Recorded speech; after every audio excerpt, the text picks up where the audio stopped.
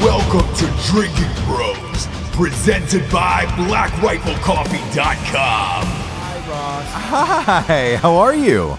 I'm fine. I'm just anxiously awaiting for emails right now. From who? Rich guys. Oh, yeah. I saw that post. First of all, is this real? Tell the audience what you've done today on Craigslist. Well, Dave and I were sitting at our desks earlier, and I said, dude, what if we started a segment once a week where we just sat on set and go, this week on if we were, stupid fucking rich, what would we do with our money? And then I was like, how funny would it be if we took a full-blown blimp, dyed it red, put Make America Great Again on each side, and then we just flew it around Hollywood and LA for 3 days straight. Like, we would pack everything we would need for 3 days so it just wouldn't go away. Oh boy. And the fact that I know all the the aerial sheriffs, so I could get the airspace. I know how to ask and get approval for airspace, so it's like they couldn't do anything. Man, I guarantee you the governor or the mayor would get involved. It's the wrong people in this world that have money, because this type of shit, so whatever the opposite of that fucking asshole George Soros is, we need one of those on our side who's funding shit like this. I would pay.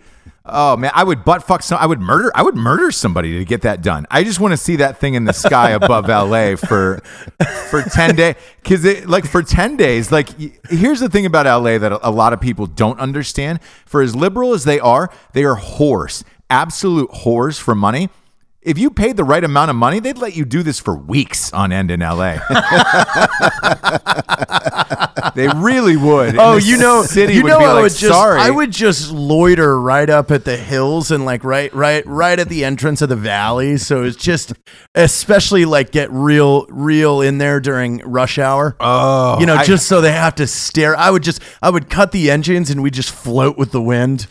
I could tell you the exact places to fly it on the exact times of day. That's how serious I am about this. You find out where certain people are working and just hang out right outside their window so they have to see it. It would be like genocide. There'd be so many heads exploding. Dude, you roll through West Hollywood starting at around 9 a.m. because that's when all the agents are going to the agencies and all of that shit.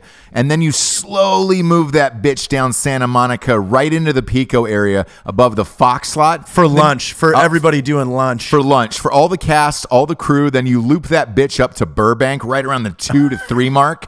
Right over Warner Brothers, the rest of those fucking studios just hanging high. And then right after that, right around 5:58, because let's face it, nobody in Hollywood really works that fucking hard because they're out of their offices at 5:58.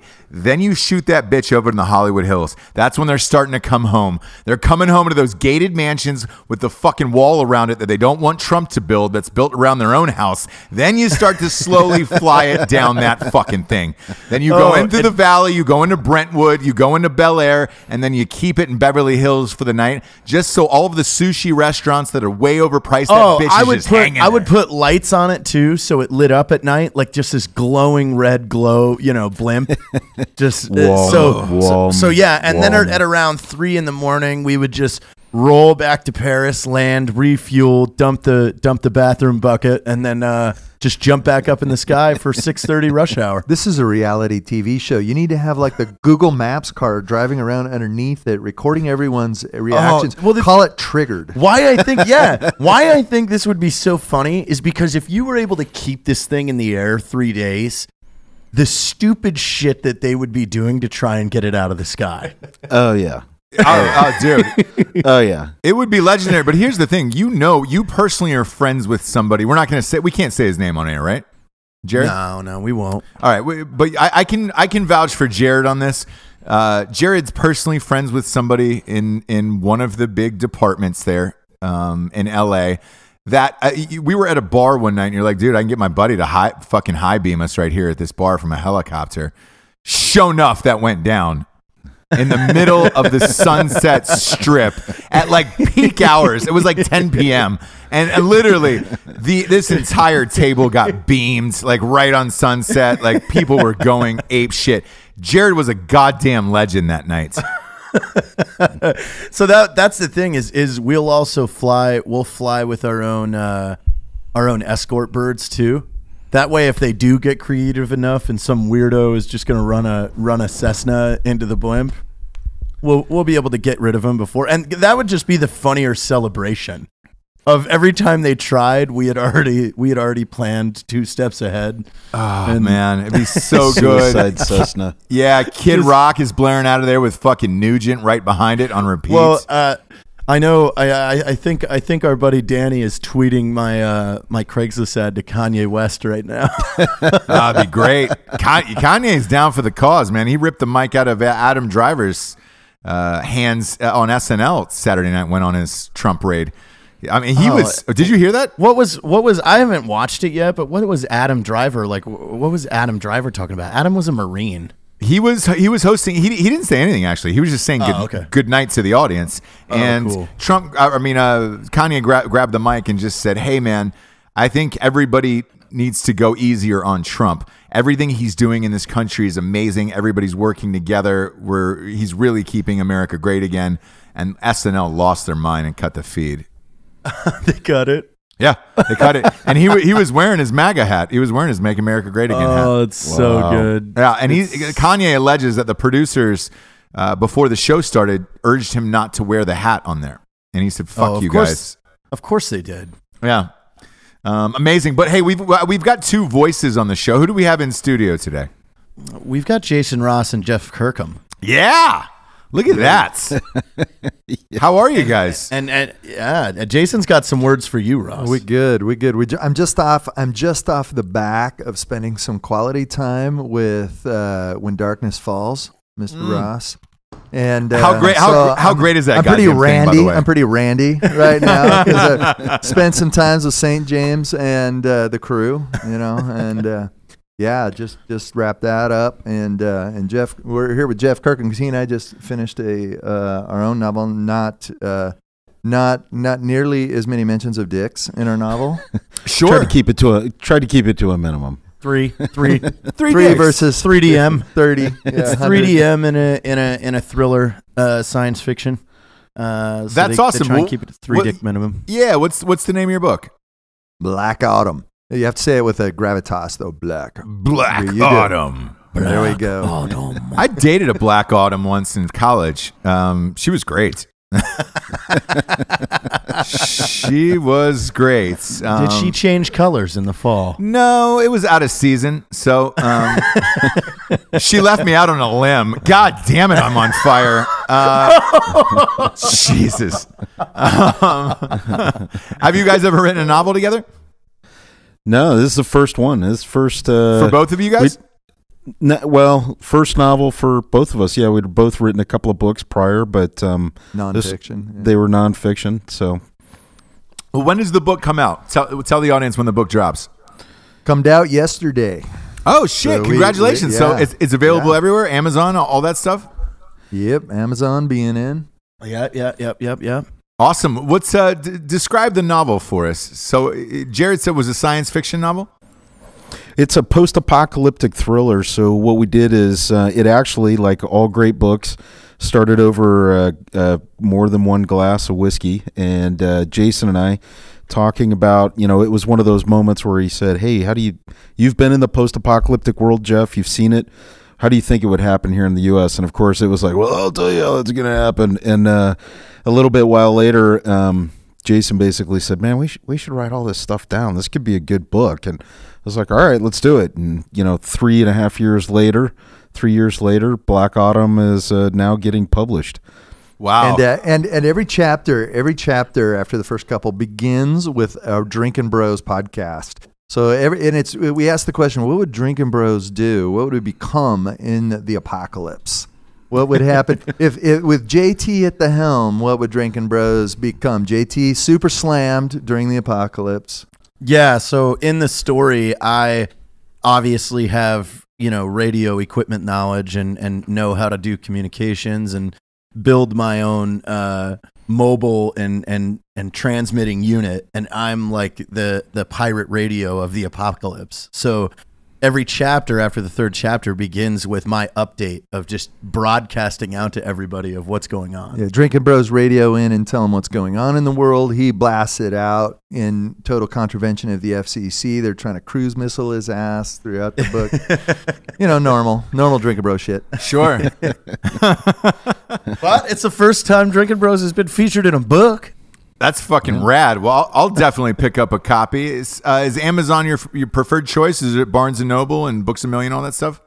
Well, we have some opinions about Amazon, don't we now, Ross? Yeah, we do. So here's the thing with Amazon. This is just real talk because I don't know where you guys are at, but the problem after what happened to mine, I would love to say fuck Amazon, right?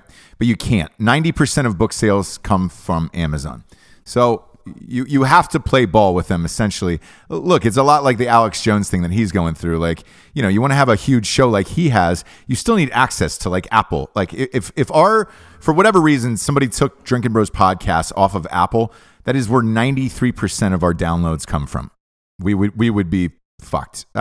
People would try to find us other places, but it's one of those big things you can't get around. So I'm assuming you are on Amazon, right? Yeah, and we started by not having a white dude with his shirt off running with a black chick on the cover. I mean, it's just Harriet Tubman. Yeah. Well, yeah, that makes it so much better, right? I mean, I'm sure they just looked at it and said, no, that's Harriet Tubman. This is a historical novel. Let it go. Historically accurate. And she looks totally startled, right? She's like, where's this guy taking me? Well, she should be. It's St. James, Street James, obviously. Right, and she knows it's going somewhere weird. Right? You know the funny thing is, so Amazon owns Audible. They're trying to essentially buy out the publishing world. This is, by the way, being dead serious, because they print on demand and they do their own shit. If they did hardbacks, I think they would be completely being able to take out the publishing industry altogether. But they bought Audible, and the book destroyed on Audible. And I've got a meeting with them. They're thinking about picking up all three, like a 3-book deal for the next 3 of those St. James books. But it's simply because they own Audible and they're seeing all that money. They're fucking hypocrites, but you've got to deal with that stupid shit. Now crazy. you did now. So when Darkness Falls, the Audible, you told me somewhere along the line that you brought in actors in the Audible, and you did the same thing with At Night She Rides, right? Yeah, yes, correct. And I was one of the first ones to do it. That the industry is starting to shift towards that now, and a lot of it has to do with podcasts. So podcasts have become so big that people want to listen to their favorite voices. So if you don't narrate your own book, you're actually doing... They don't like it. Correct. Yeah. And you're doing your book a huge disservice. Really? Yes, absolutely. Interesting. And so with that being said, my books have the feel of a movie. So I was like, all right, let's just bring in actors for all of it. So that way you can go through it. I mean, I do like over 100 impressions. So I do, a bunch of voices myself, but the rest of them are all actors. And like with this one, it was so aggressive. They all signed NDAs. So I wouldn't say who they were. So we got an Oscar winner. We got an Oscar winner to play Tubman. A couple of my buddies on The Office are in there. So hold on. Back to my question that I fired off to you. So when Harriet Tubman and St. James are getting down, do you do the Hungry Like the Wolf, Duran Duran? I mean, How much does it get into the whole? The sex scene? I don't want to spoil it for anyone who hasn't read it, but to call it a sex scene is maybe downplaying it a little bit. I've been honest about it. It's an S&M scene, but it's reverse. But reverse. It is Harriet Tubman reverse on the white guy. You are a social justice warrior. That's what I Patterson. say. That's what I said. And by the way, that was my argument with the lawyers to Amazon of like, hey, in my case, when you ban this, you totally just judged a book literally by its cover. Read the scene that everybody is supposedly fucking reporting this over, and then you get back to me on that. And they were, to say stunned was an understatement. They were shocked, but it was also nothing, racially motivated. So they didn't really have a choice but to push it through. No, it was racially motivated. It's just reverse racially motivated. Correct. So it's a black on white crime in this, and Look, and the white man enjoyed every single bit of it. So everybody won in that situation. I don't know. Everybody wins. Yeah, everybody wins. And then he goes on. My favorite part is he goes on. St. James goes on and he's like, man, I got to check in with H Tubbs. She was sweet. She's got the shelf thing, and I got to check in with the H Tubbs. Yeah. Just giving her a hyphen, a nickname. Yeah. They all do. Like, there's so many hidden references in there. You're like, well, what the fuck is this? By the way, Jason, to this point, currently on Audible, this When Darkness Falls, He Doesn't Catch It is the #1 ranked book on all of Audible. The highest rating there is 4.99. So, yeah. Wow. Amazing. Rewriting an industry. Ross Patterson. Harriet Tubman. Trying to. So the big question for readers is, did you model St. James Street James? Am I saying it right? St. James Street James? Oh, yeah. After yourself. Is it just a lightly fictionalized version of Ross Patterson? Lightly fictionalized. Is that what we're hearing? It's who I wish I could be if I lived in that era. During the 1840s, 1860s, like Wild West, Civil War type shit. Yeah, like that's definitely who I would have been. That would have been awesome. What we're really asking, we're really wondering about the 9 inches. Oh yeah. Well, the 9 inches is a given, obviously. That's 8. That's 8 flaccid, and I grabbed that extra inch hard. You trim off some pubes, you're gonna find another ½ inch under there. But that's who I am as a man, and I also shave up. I shave up probably twice a year, so I don't let the pubes go too. I go shorn twice a year. I shave it up. So, and we took a page from you, Ross, when we wrote Black Autumn, and we actually we took a shot and put characters like Jeff Kirkham, who's a 29-year Green Beret, and into the book. Yours truly, we put Evans in the book, Matt Best, JT Taylor. We've got all these guys, and we just fictionalized. We took real people and said, where are these guys going to show up? And there's a lot of funny stuff that goes down. But then there's a lot of serious stuff too, because it is, after all, the apocalypse. Sure. Let me ask you about the writing process. Tell the readers at home, or the listeners at home, how hard it is to write a fucking book. Oh my God, it's really hard. It's insane, right? Like everybody looks at celebrities like Snooki, for example, or Charlemagne the God. That fucking guy on Breakfast Club, and is like, oh well, they're #1 best-selling New York Times authors. They didn't write that shit. There was a fucking ghostwriter who came in and did it. You guys sitting down and actually writing it, how difficult was it? 4 years. We ended up pretty much married. And Jeff snores. And we ended loudly. We ended up like in bed together. So many rewrites. I don't know. I mean, I think we were in 25 rewrites. We had 4 different editors go through it. Yeah. How about you, boss? How long? How long did yours take? Yeah. Did it?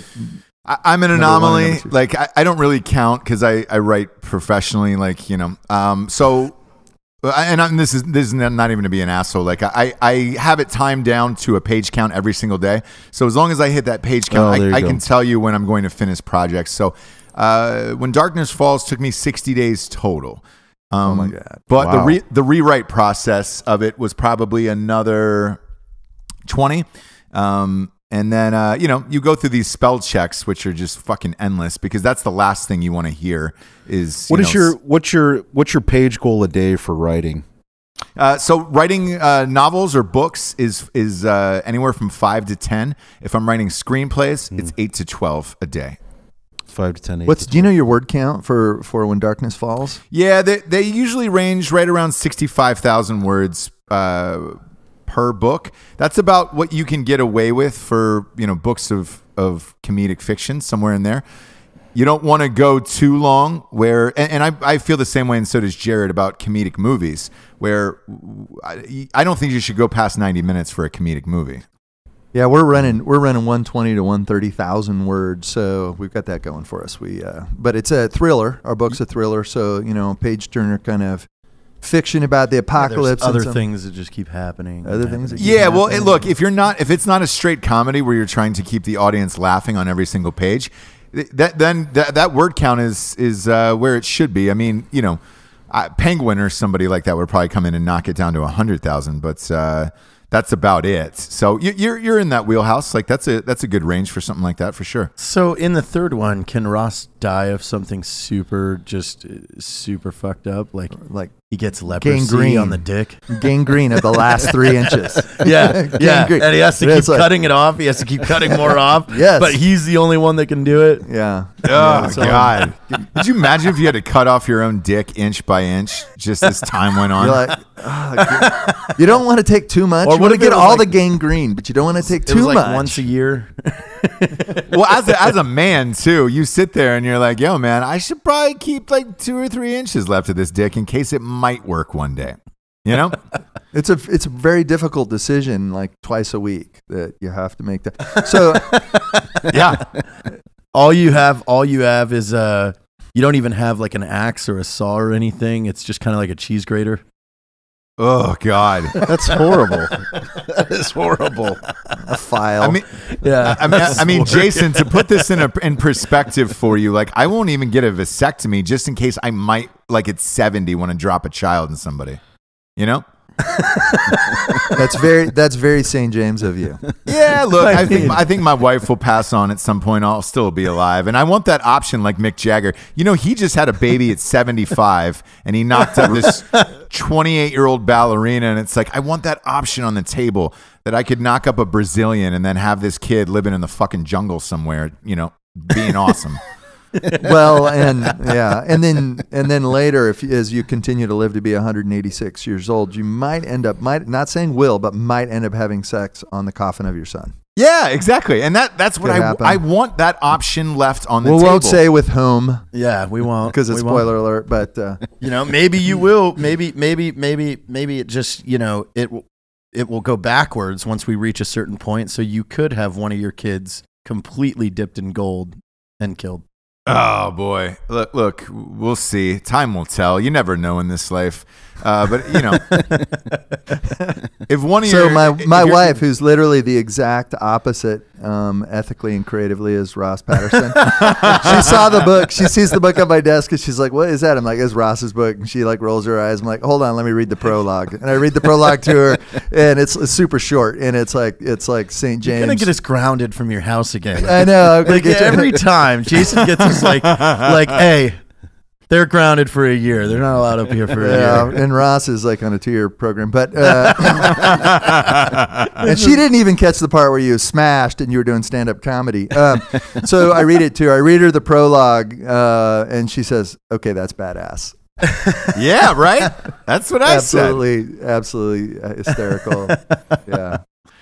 Yeah, I love those books, and they're gonna keep continuing. So they'll be coming out for a while, and they keep crushing. It's one of those Where things. do you go next? World War I? Yes. No. I'm sorry. We skip over World War I, and it goes to the 20s. So it goes into Prohibition, and then into World War II. So that's the third one. Because let's face it, nothing would make St. James Street James angrier than Prohibition in this world. Yeah. Oh yeah, but I think World War II should be its own book itself. Now wait, is St. James? Is there any chance? I know he's promised to blow his brains out as soon as he gets to a certain part. Yep. Is there any chance that we can just pull him into the future, into a dystopian world that hasn't happened yet, and then we get to see St. James Street James repopulate the human race? Oh, you know what? He dies. He definitely dies, and I know the exact date that it's going to happen because a lot of people have hit me up and saying, "Hey, man, is that real? Like, is the character going to kill himself exactly like he said?" And I said yes, and I know the exact date he's going to die on, and that's going to be the end of that series.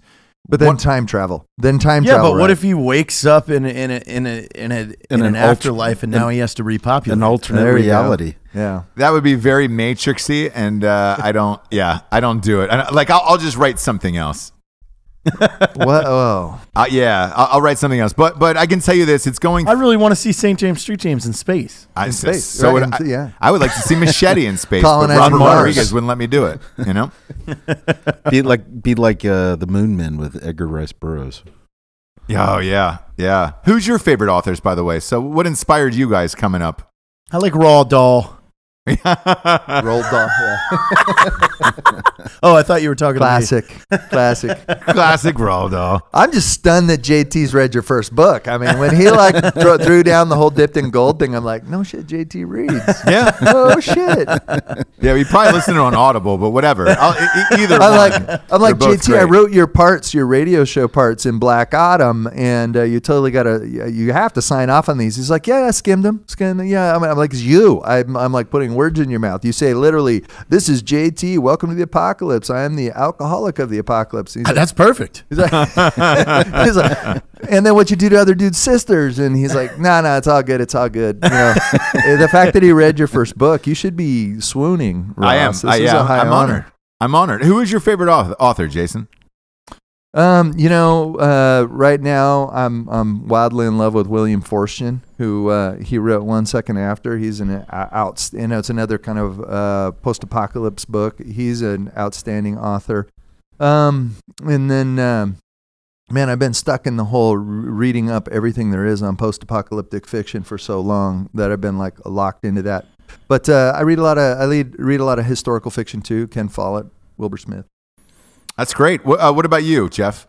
I'm a big fan of Malcolm Gladwell, and mostly because of the type of books that he writes, like Tipping Point and Blink, that he put together are actually small events that turn into big things, and that's really is the premise of how we wrote Black Autumn, where it was a bunch of small events that by themselves wouldn't have really mattered too much, but taken as a whole, like the example that I like to explain is that one thread would just simply snap before it dragged a ship down, but a whole bunch of threads woven together into a rope can drag that ship down to the depths. And so, Malcolm Gladwell, he's a master of doing that with reality on where we've seen that happen in the past. And so that's really, that's the formula that we use with Black Autumn. So definitely a big fan. I think what would be really fun right now? I think you guys should give Ross some scenarios, and we just, without helping him, let's see what he would do and where his thought process goes. Genius. All right, so give us an example of the scenario you're talking about. Okay, so anything, like give him a location, what has happened, what does he have around him, and what's he going to do? All right. Trespassers. Okay. Ross Patterson, his Sure. AR-15. His AR-15 held in his hand, steely gaze, looking across the mountain pass that's right above his family. He sees 6 trespassers. 2 of them have obvious firearms. There's a deer. Let's say there's an elk between Ross and them. He can either pull the trigger, he can drop the trigger on the elk, and these 6 guys are going to come running to see what it was. He can stealthily move away, or he can engage in a gunfight right off the bat on the perimeter. His family behind him. What does Ross Patterson do? Go. What do I do? I can tell you exactly what I do. I fucking kill that elk, and then I turn the gun on one of those 6 trespassers and say, look, if you and your friends want to make it out of here, you got to fuck this elk in front of your friend, completely orgasm, and look all of your fucking buddies in the eye so you never forget this goddamn day. Do you want them to live, yes or no? Otherwise, I'll kill all your friends and I'll let you leave the fucking forest. That's what I want to see. Would a guy fuck a dead elk in front of his buddies to completion with full orgasm to let his friends live, or would he be like, dude, just kill my friends? Dude, it's so funny. It's so funny you bring that up, because Jeff and I had that exact experience with Evan Hafer. So I'm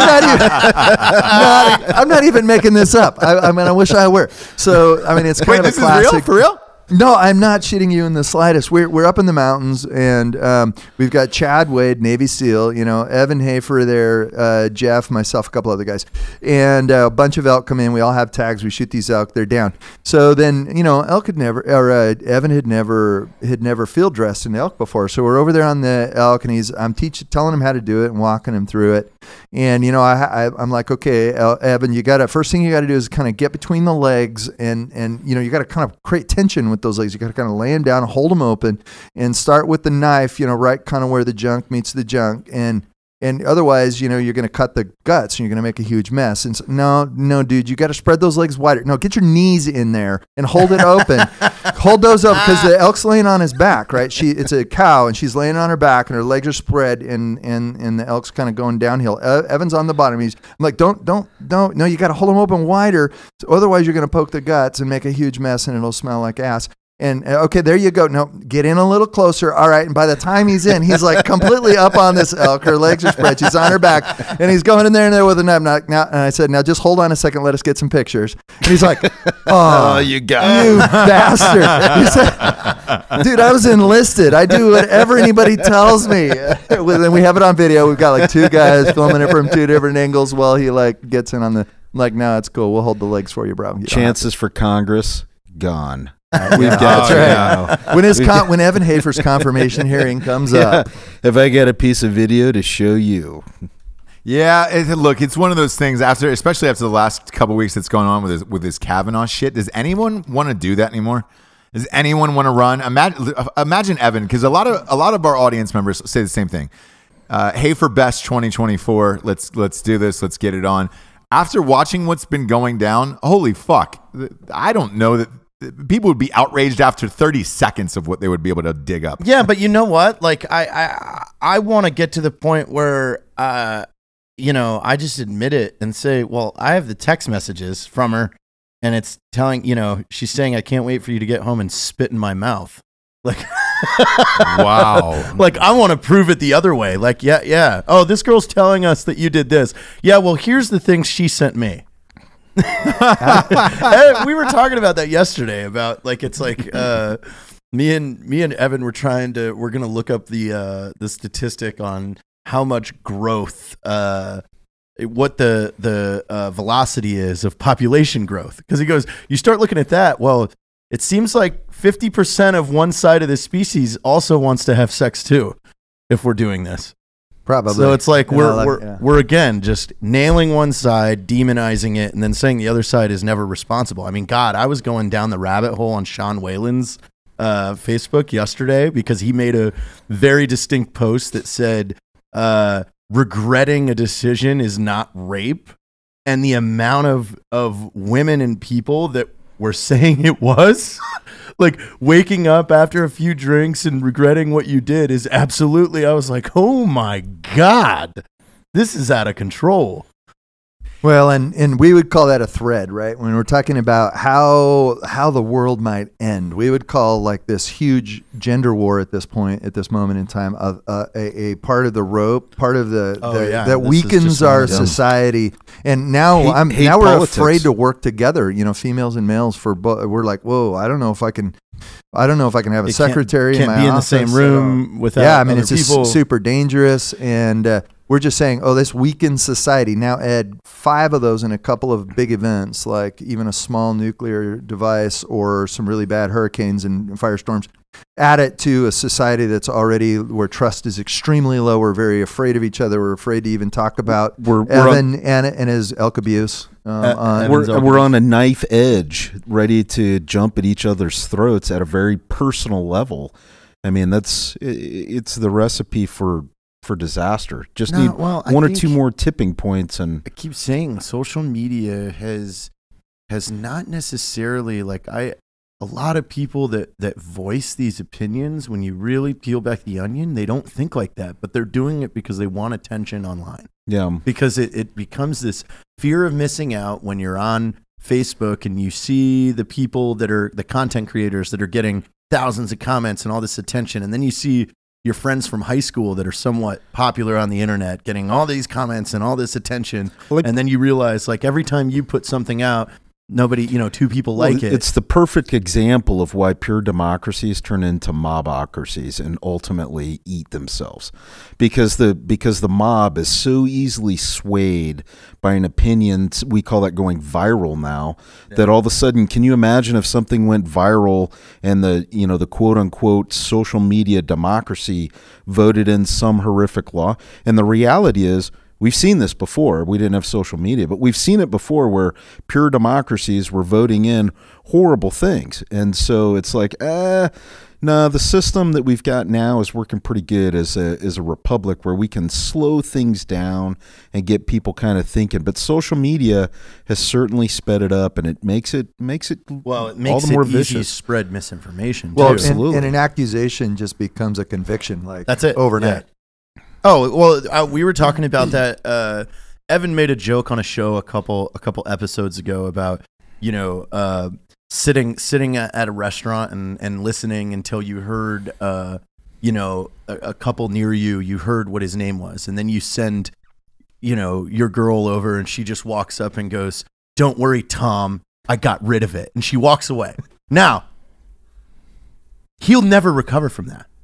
It doesn't matter. Like, it doesn't matter how much he tries, even though he was absolutely innocent and somebody was playing a joke on them. Is his wife ever going to trust him again? Ever? No. Exactly. Well, and Kavanaugh, exactly. There's no recovering from it.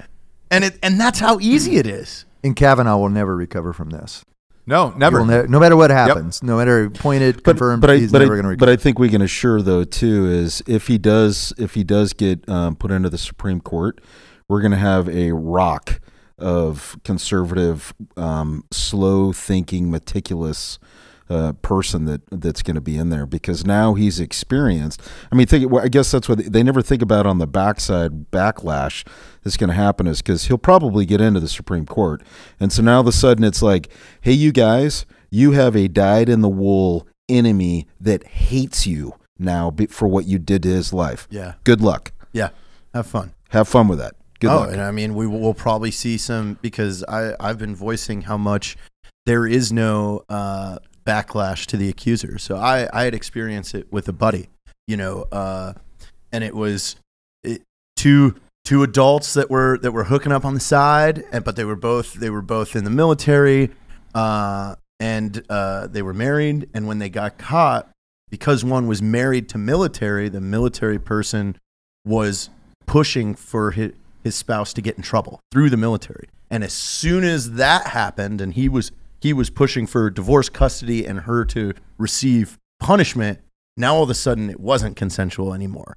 And it spread over 18 months. And when it came down to about to go to trial, she backed out, said that she made it all up because she was afraid to get in trouble and everything like that. But was she prosecuted? No punishment to her. And they still pushed this guy out because there was an accusation. So it's like, think about that. Well, I think I think we're gonna see there's laws on the books about falsely accusing somebody, and it's just never prosecuted. But I mean, it just happened for the first time recently, didn't it? Like with a football player. False accusations? No. I'm talking about the the guy young- spent 9 the young years in football jail, player. Uh-huh. and they went back and DNA. and put the girl in jail that made it all up. Oh, I hadn't seen that. Yeah, it was like within the last 2 or 3 months. Even if it's only, I mean, the little meme you see on Facebook is like 10 guys, and they're all guys for some reason, get convicted of rape, and when 2 are falsely accused. That's like the big meme, the infographic that's everywhere. Like, wow, that's actually quite a bit. That's like two guys get falsely accused. Now they're also saying that 1,000 women are assaulted, and I don't know how they get to that. I mean, they're both crimes. Well, this was an argument that I was having with a guy this morning inside a Drinkin Bros group. Is he threw out the fact 1 in 4 women in the military are sexually assaulted in their career.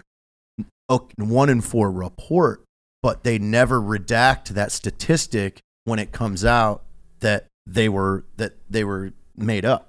And that statistic is huge, because really, like, within the last about 4 or 5 years, it just, they started changing the way reporting was, because they started seeing a pattern. As soon as a girl wanted to get out of deployment or wanted to get out of trouble or things like that, all of a sudden all these reports started coming up. So they changed the system in the last 5 years on how it's likened unto the British when they were saying that their crime rates were so low in London, and then somebody started looking at the way that they were reporting, and I'll probably get in trouble. I for know saying exactly this, what you're talking about. But the British were like, yeah, we have super low crime rates. Well, then they found out where if there was a rash of robberies in a hotel or in an apartment flat, they counted as one. If there were a rash of muggings on a certain city block, they counted as one. Yeah. So they were skewing the statistics. And so I guess that's kind of the problem. It's like, let's make sure that the information that we're getting in the world of so much false BS information, let's make sure the information we're getting is actually accurate and the way that we're reading it is accurate. Well, if you look at the Department of Justice statistics, the sexual assault has gone down since like 1990 significantly. I mean, it's all crime has. Well, Bill Clinton's not in office anymore, so that took it down a huge notch right there. So now we're looking. This is working. We're zero sexual assault would be ideal, but it's working. And we've been working together. Now, what happens when we don't work together? Well, here's the deal. Well, this is going to show you right now. Is look at Ross. Can you give me the details specifically on this? Just with the Kavanaugh thing, we're talking about something that happened 30 plus years ago while they were 20 years old, 22 years old? No, 15 and 17. Okay. And the amount of public outrage and opinion and everything that we see right now. But when Bill Clinton and the Monica Lewinsky thing happened, it was over. Everybody stopped talking about it in a few months? And all of a sudden it was and that was something that actually happened. Well, in real time. This happened yesterday. Look, Clinton ended up getting impeached for it. Nothing ever happened, obviously, with that. With this thing, I think this is my personal opinion, this poor bastard just got caught in the middle of, the most politically divided time in our nation. And they don't really give a fuck about him or his goddamn family. And they're grasping at straws here for this shit. That woman, none of the witnesses have corroborated her story so far. It's so fucking bizarre and off the rails at this point that I just want to go have the vote and get it over with, one way or the other. And I don't know what the FBI is going to do in 4 or 5 days. I mean, you have more experience in that world, Jared. Well, now Jeff was talking. We were just talking about yesterday your statistics on memory and things like that. Oh yeah, so I mean, people under stress have horrible memories, and it actually peaks at about 48 hours. So I was a special agent with the DEA for a few years, and if we got into a shooting or an altercation like that, it was DEA policy, and we were actually leading the rest of the federal agencies back then in 2000, where it was DEA policy. They would not speak to you for at least 24 hours after the incident, and then FLIOA, who is kind of our representatives, would say, don't say anything unless it's at least 48 hours, and then don't say anything unless we're standing there, because under stress, your memory actually sucks, because we lose the frontal lobe processing and we go back to the primal brain. We start to remember a little bit better about 48 hours, and then it actually starts dropping off again, and then we actually start reinventing our own realities. So it's like a lot of, some of the soldiers that come back, they get in the spotlight, and guys in his unit are like, hey dude, I was there and that didn't happen like that. Well, all of a sudden memories start to shift and change to meet whatever, the narrative might happen to be. Not saying that soldiers are liars or anything else. It's just that's why we have to have evidence. We can't convict somebody solely off of word he for said, word, she said. Yeah. Yeah. It's, I don't know. We're getting into super tricky times these days, Yeah, but it's like, what's next? What's in store in 2019? And what happens when Kavanaugh's confirmed? I mean, are we going to implode again? I don't know. It's only going to get worse. But it's also if you believe that everybody else is talking about this. I have a theory that every time one of these politically or racially divided topics comes up in our country, Russia and other countries are flooding social media to get these things to trend, to get each other to tear each other apart on social media. And I don't know how much of it is real or not. That's interesting, because that kind of plays into what we were saying before with these black swan events, where it's not so hard to imagine a hurricane. So imagine Katrina and all of the drain on resources, and then just so happens there's a earthquake that happens in California that starts wildfires. And then there's some Russian guy or some Chinese guy or some fat kid in his basement with his finger over the button that goes, man, I wonder what happened if I turned out all of the power New York City. in New York City right now. Click. Well, then we know the Russians can do that. They did that in Ukraine, And we know they can a do couple that. years ago. And so that's why I say what you just said, Ross. Well, is it the Russians and the Chinese that are pushing this narrative forward to weaken us as a country?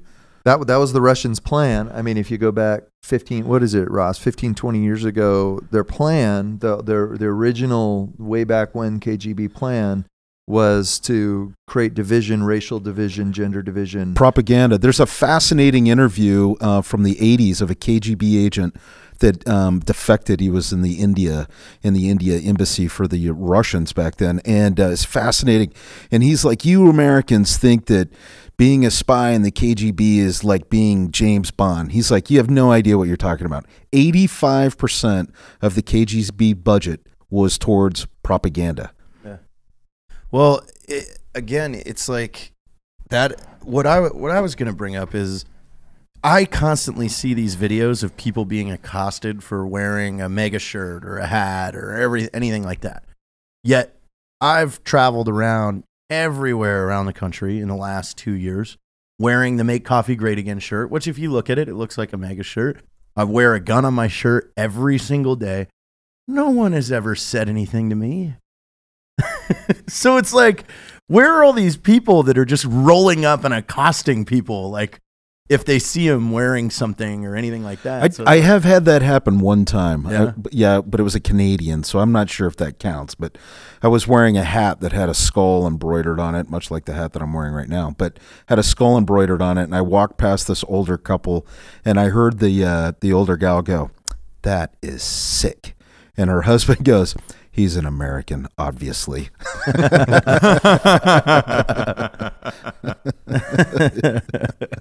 Yes, I am. Yes, I am. They had just received their check from George Soros, so they were exactly. They were on the job. They were on the job. There's one. Get him. That's what Jared needs. He needs a Soros in his life to fund all this shit. I do. I just we would be the best pals Ever. Hey, I would talk him into building us a fucking sweet, like, what would you call that war? What would you call it? Oh, I mean, well, I'm really diving in on our command center right now. Like, I want to have our command center and everything where we come up with the next idea and we would just troll the entire country. Well, now if Ross has got Amazon the great on board troll wars. Ross has already got Amazon on board. You should be able to get George Soros on board. I mean, you should get a hit. You could talk him into it. Yeah, because look, the other thing, Jared, that I don't think you're also thinking about is, you stayed in LA a very long time with me, in particular for Range 15. All of those billboards that are on Sunset Strip, that's all. We could take them all. Yes, and all Hollywood has to drive through them every single day. If every single one of those was a Make America Great billboard with nothing else on it. I don't know why. Trump has enough money to do that. Why doesn't he just do that just to annoy them? Oh my God, it would be great. They'd set fires because look at what they did to his star on the Hollywood Walk of Fame. I know. It's been destroyed over and over again.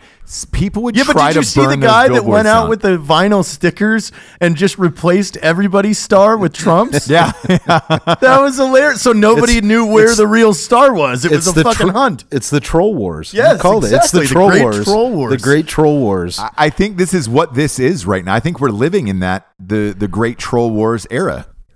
Yes. Because everything is decided on social media these days. Most people don't talk about this shit in real life. And I don't know, because Jason, you've some pretty awesome dinner parties at your house. Do people sit down and come over and talk to you about politics? Nobody talks about it to me to my face, but they'll talk about it online. Right. No, we're complete beasts online. By the way, who got the trademark on the Great Troll Wars? Was it Jeff? No, Did you TM that? That's Jared. I said TM first. Okay, you got it. Great Troll Wars. Yeah, no, we turned into. I just had a really good friend who is an absolute liberal beast online. I mean, he will go at you like he's on fire online. Tell you to F off and burn, you hope you die in a fire. And then he came over and we went out and made jam because, I jam. We've established this, Ross. I Yeah. like to make jam. So we go out and make jam together. The coolest guy ever. He's super chill. We have the exact same conversation, and it's super mellow. We find tons of middle ground. That's but because online, it's about a flame fest. That's because face to face, if you act like that, you'll get punched in the mouth. Well, among men. Among men, yes. Among men, guys just throw their hands up in the air with women, and they're like, "Okay, you win." Dude, I've Watch never out. been so glad as this last You week win. that women can't typically. I want you to tell Ross about what we were talking about the other night. Your theory about the 5 wants. No way. I'm not going on record for that. Dude, just stop right there. Just stop was right my there. favorite. No, we're not having that. Jason I'll may tell him wanna run later, for but I Senate won't someday. credit you for it. No I way. won't credit you for I it. heard a guy named Matt Best. These who were said so this thing. good. These were so good. Though. Okay, here's the theory, Ross. We only have a few minutes, but here's the theory. If you go back over time, this is what Matt Best said. This is not my theory, right? If you go back over time, you look at the median age of human beings. It's roughly back 3,000 years. The median age of human beings are probably 25 years old. So if you have a 25-year-old man, average man for the last 3,000 years, and a 25-year-old woman for the last 3,000 years, write their top 5 wants at 25-year-old. What do you want? Write a list. What are your top 5? Of course, the dude's number 1. He's going to want to get laid a lot by a lot of different people. He's going to start with get laid lots. He's going to move on to I want to be a hero. He wants to have adventure. He wants to get smashed. He wants to gamble. Right there, like make a family is way down on the list for a 25-year-old. Yes. Over here on the female side, number 1, Yeah. I want to have children. Number 2, I want my children to be secure. I want that. I want a home. I want a home. I want food. I want food security, brood security. The guys over here wanting to be a hero. She wants to be a hero to her kids. I'm not saying that's the wrong thing. But then ask the question, through the 3,000 years of recorded human history right now, where has most of the money gone? To his top 5 or to her top 5? So look at any given family. What percentage goes to the dude's top 5 at 25 years old when they're married? He's lucky to get 5%. He's lucky to get 5%. You get 1%, maybe. I'm saying lucky to take 5% and go gambling with the boys and blow it and go have adventures and shoot stuff. And over here, 95% goes now. And I'm not saying we're all better off. We're all better off that 95% goes because how much gambling can you do? How much can you get smashed? But the question is, who has gotten what they want the most if you just measure the family budget for the last 3,000 years? That's what Matt Best said. That was what Matt Best suggested is where we ought to start out. How funny is that? Who is dominant? Who is actually dominant? Who's in this really world? running this place? Who's really running this place? Females or males? You look at every religion, including Islam, if you actually look at it, Matt Best said, actually favors the top 5 of women, favors the top 5 priorities of women. And the guys kind of look around and go, oh, yeah, okay, yeah, I guess that's how we'll spend the money. Yeah. I was going to buy a new gun, but I guess I'll go we'll to do church that because that's where all the chicks We were going to build this ramp. we're gonna jump this car. We're gonna jump this car, honey. And she's like, no, we're not. We're gonna remodel the kitchen. Matt Best said. Matt Best suggested. What do you think? Man, oh boy. About Matt Best's idea? Come on. Yeah. What do you think? Put a pin in the ground, Ross. I love it. Not that that's a huge shock, obviously, but where is Matt, by the way? Because I wish he was here to defend his own story. Matt Best. Where is Matt Best? He's in a board. He's such a meeting. misogynist, that Matt Best. He's coming up with these theories about how women are dominant. Look, sometimes you just got to stop him before he hurts himself. I think this, everything guys do on this planet is for women. Now, gay dudes have the real power because they don't have to. So it's just fuck it. They control whatever they want to do. Those are 2 5s that match. Yeah, exactly. Whereas you could probably trace back. Yes, man. Yes, we're going to that restaurant. Yes. Yeah, but it actually doesn't work out that way with gay dudes. Actually, as we know, they're like. Yeah, but for men, I think everything we've done in the history of mankind has been to impress women. Even starting a fire. wasn't to keep ourselves warm, it's so we could get pussies so that the girls would be warm enough that we could fuck them. Like, that's it. See what I did? See what I did? Yeah, exactly. It's magic. Exactly. Yeah, but then on day 2, like you got to do something else. Yeah, but it only yeah, goes so far. I'm just saying the dudes, Matt Best is just saying that the dudes' top 5, they're shit. Yeah, but that's still what the guy wants. You know, it's a shitty top 5, but I'm not saying it's the better top 5, or Matt Best is saying. I like if we just keep saying his name, maybe he'll appear. It's like he's Tinkerbell. He's going to be pissed. If you look at your reflection in a bolt carrier group and say Matt Best 14 times, he'll appear. It sounded like the Bloody Mary. Yeah, instead it's Matt. Yeah. We're at the point of the Drinkin Bro of the week. Jason, we're going to give this to you. Is there anybody that's has inspired you that you'd like to give Drinkin Bro of the week to? Oh, Drinkin Bro of the week. Drinkin Bro of the week. Let's see. Let's see, Jeff. What do you got? Drinkin Bro of the week. I'm going back. Who are the big heroes? Who's cool? Who's cool? Who is the one person who inspired you to write Black Autumn? Like, there's got to be one author overall. That's like, who was that?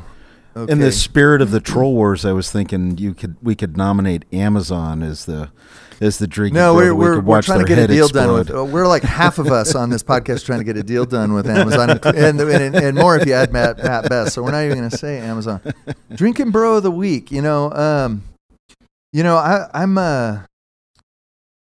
You do a lot of charitable works. You graciously donate your time and energy to other places. Okay. There's got to be someone no out wrong there answer. who is inspiring There's to no you. wrong answer. All right. So here's my suggestion for Drinkin Bro of the week. Let's see. So he is the man who turned around Rwanda after the genocide. So take Rwanda. Remember the genocide? Like half of Rwanda just pretty much did their best to kill the other half of Rwanda. And this guy went in after that and became bros with the new president of Rwanda, Paul Kagame. And over the next 10 years working together, these two guys. This guy was an ex-businessman. He'd probably fund your blimp, dude, in an earlier age because he's like in his 70s now.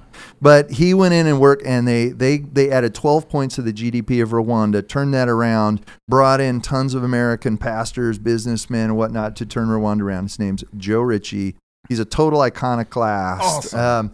He is a serious bro. I think we also give it to Drinkin Bro's main group last night because we went live in it. Oh, yeah. Working on the brainstorm for Jason's and Jeff's third book. We were trying to come up with a place that the president would go during this whole collapse. During apocalypse. Where would the president put down once when it was he had clear no more aircraft or, that could... He's like, I got to build a little house on the prairie with, Where does the my president staff. Where do I put down Air Force One? And the Drinkin Bros group was the one that helped us decide that. Yeah, big score. What was the answer? We'll put that in the next book. Great brainstorming session. What was it? What was the answer? We had the bulk of them. We had like 3 answers, and all 3 of them are going to go into the book, actually. One is Mountain Home, Idaho. One is Colorado Springs, Colorado, and the other was Albuquerque, New Mexico, right? Yeah. So these are like the safest, best places for the president to survive the winter and rebuild society. And now Drinkin Bros has helped, contribute to the third book. The third book, yeah. That's awesome. And is there an Audible version of it? It is coming out very soon, but now you've screwed us up by saying we should have recorded our own Audible. So now we're like, oh no, what do we do? No, it comes out any day now. Your book. Yeah, we go back and read. You can read with your eyes. It works. Drinkin Bros. You can read with your eyeballs. It doesn't burn. Yeah. So the Audible is out any moment. We've got hardback, Kindle, and out right now. Amazon.com, BarnesandNoble.com, and. And you guys broke. You guys broke Amazon yesterday, so we need like another day because it went oversold. Yeah, and something that'll really help us out too is when you buy the book, leave a review for us. Leave a review because that'll. Yeah, by the time you hear the show, we'll have plenty of books, probably Audible. If you can prove that you left a review with a screenshot and send it to the Ready Man Facebook page, they'll give you a discount code. We'll send you something awesome. Actually, we will send you something awesome. Oh, now you're getting a free prize. If you get the book and leave a review, you're getting a free prize. If you send the screenshot to the Ready Man Facebook page. That's right. We'll ship it to you at our cost. Something super totally badass. Free. We're not even gonna hit you with the shipping. That's awesome. Wow. I like that a lot. Ladies and gentlemen, go out and buy Black Autumn, which is available now on Amazon by Jeff Kirkham and Jason Ross. Thanks, guys, for being on the show. We appreciate it. Yeah, thank you, and thank Matt Best for his philosophical his contributions. insight, yeah, you know? Yeah, we really will. deep We lately. will. For Jarred Taylor, Matt Best, and Ross Patterson. And Matt Best says, good night, everyone.